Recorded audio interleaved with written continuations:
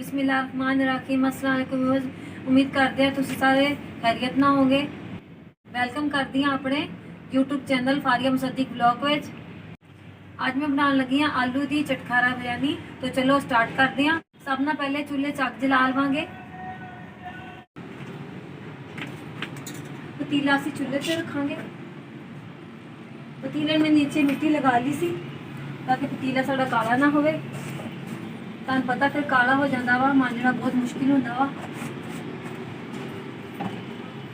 Oil असी पाया वा, आयल नूं गर्म होण देवांगे।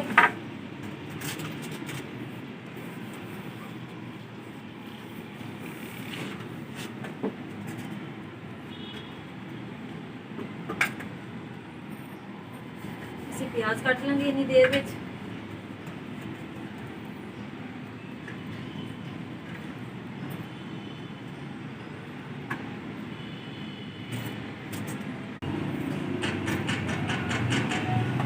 प्याज असी कट लिया।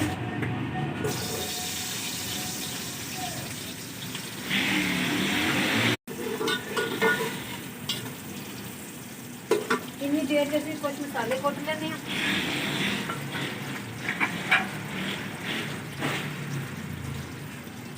हरी मिर्चा पावांगे 2-3।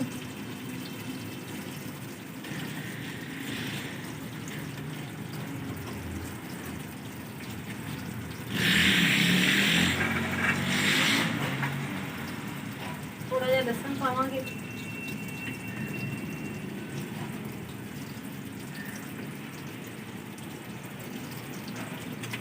साबुत धनिया पावांगे।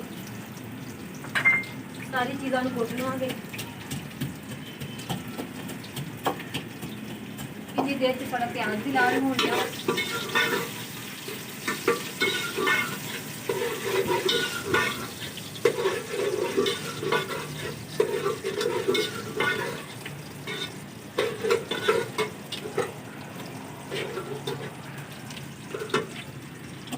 चावलों में असीं भगो देने हैं।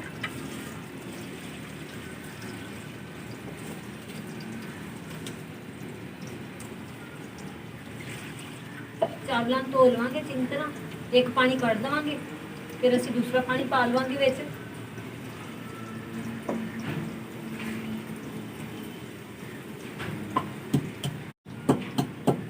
चूल्हे की अग भी बहुत तेज होंदी है, इसदा सेक बहुत ज़्यादा होंदा वा। सारियां चीज़ां असीं कुट लियां।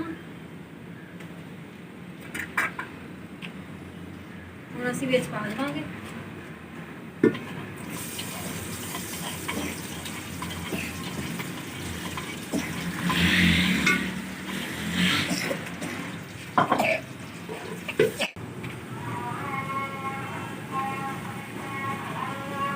असीं आलू पा लवांगे विच।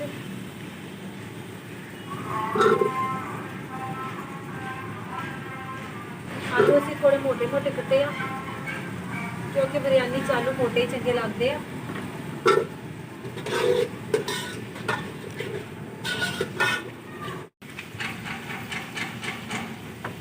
इधर टमाटर से छिलका ला लवांगे इन्हां दा।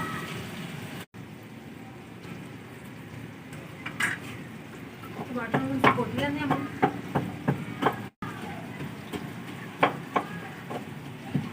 टमाटर असीं कुट लिया। हम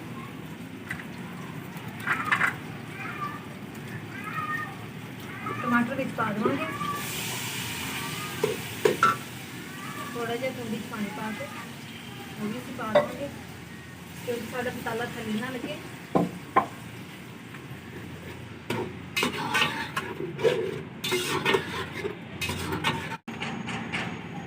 नाल असीं हल्दी पावांगे थोड़ी जी।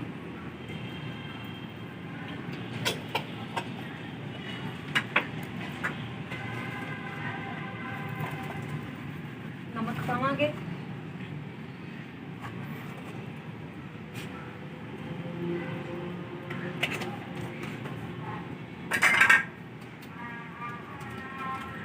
मिर्चा पावांगे लाल।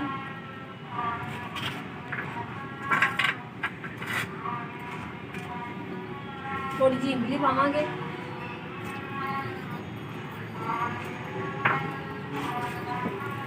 थोड़ी अग नूं अगे कर लवांगे। थोड़ी तेज हो जाए और जल्दी पक जाए।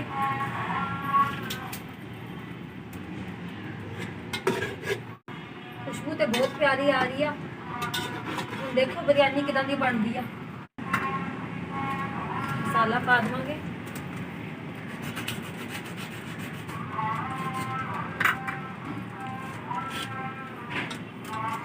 मसाला असी थोड़ा ही पावांगे क्योंकि असी हरियां मिर्चां और लाल मिर्चां भी पाइया हुई वा।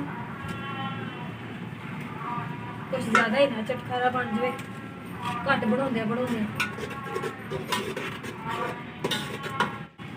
इन्नी देर च असी पुदीना कट लेने।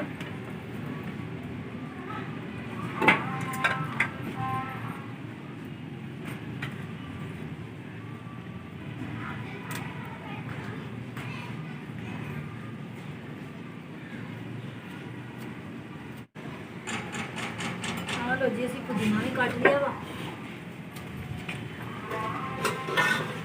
और जिन्नी देर च साडा मसाला भुजन दिया वा उन्नी देर च असी चावल धो के लिया होने।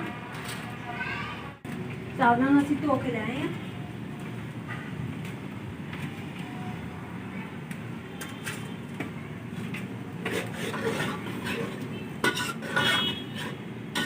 मसाला भी जिथे तक सन लगता मसाला भी साडा हो गया वा। 3 गिलास असी पानी दे पा देवांगे।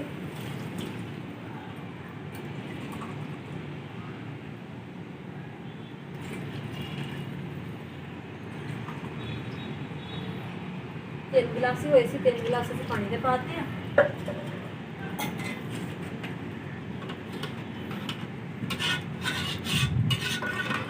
उत्ते असी थोड़ी देर प्लेट दे देवांगे, पानी में उबाला आ जाए।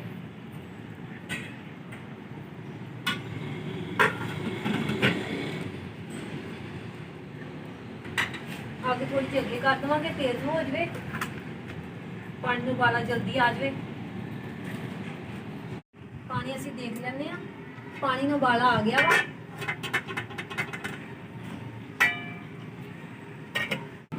हम असी चावल पावांगे,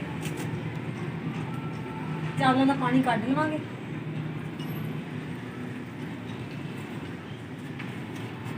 हम असी चावल पावांगे विच।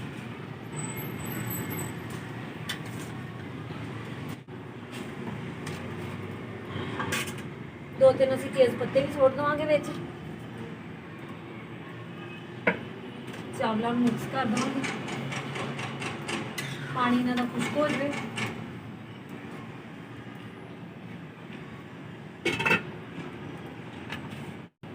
इन्नी देर च असी दही की चटनी बना लेने। थोड़ा जिहा असी पुदीना पावांगे, पुदीना ते धनिया, अद्धी हरी मिर्च पा लवांगे और थोड़ा जा लूण पा लवांगे। सारी चीज़ों बरीक कर लवांगे। अग मैनूं ज़्यादा लगन डी, अग थोड़ी घट कर देवांगे क्योंकि पानी जल्दी सुक जाना वा, चावल फिर साढ़े कच्चे रहने। सारिया चीज़ां साडियां बरीक हो गई वा। हुण असीं दही की प्याली पा लवांगे विच।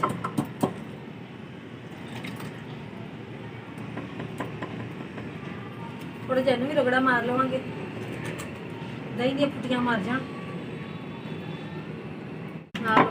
साडी चटनी बन के तैयार हो गई है। हुण असीं इहनूं कढ लवांगे।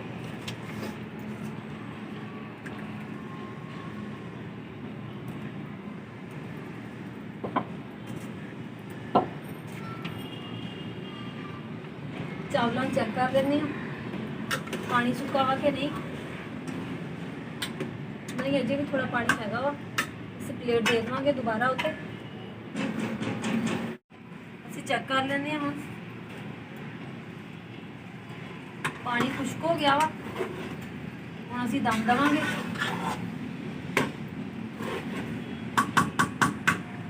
लकड़ियां चलो बाहर कढ़ देवांगे क्योंकि कोलियां ते दम हो जाना वा। थोड़ा जिहा पुदीना पा देवांगे उत्ते।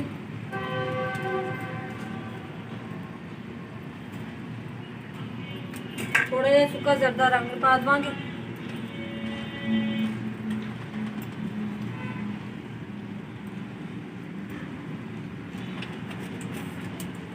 ਹੁਣ ਅਸੀਂ ਦਮ ਲਾ ਦੇਵਾਂਗੇ।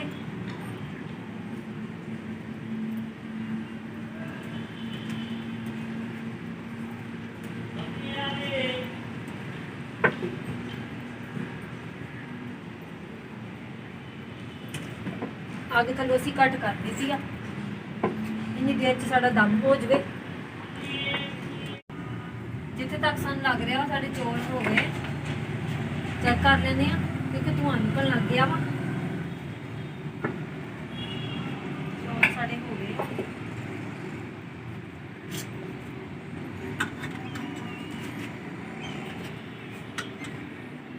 ਹੁਣ ਅਸੀਂ ਪਤੀਲੇ ਨੂੰ ਥੱਲੇ ਲਾ ਲਵਾਂਗੇ।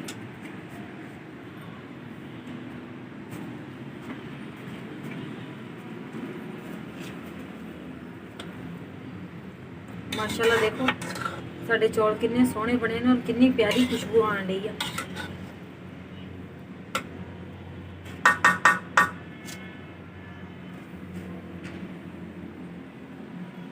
हुण असीं प्लेट च कढ लैंदे आ चावलां नूं।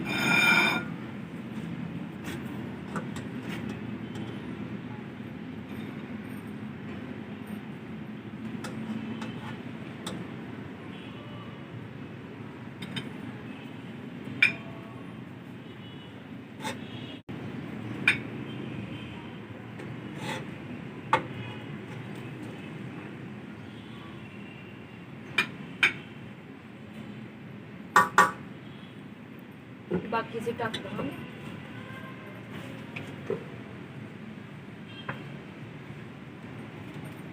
खा के तुहानूं मैं दसदी हां किदां दे चौल साडे बने आ। चौल थोड़े ठंडे हो जाण, गर्म लग रहे हैं।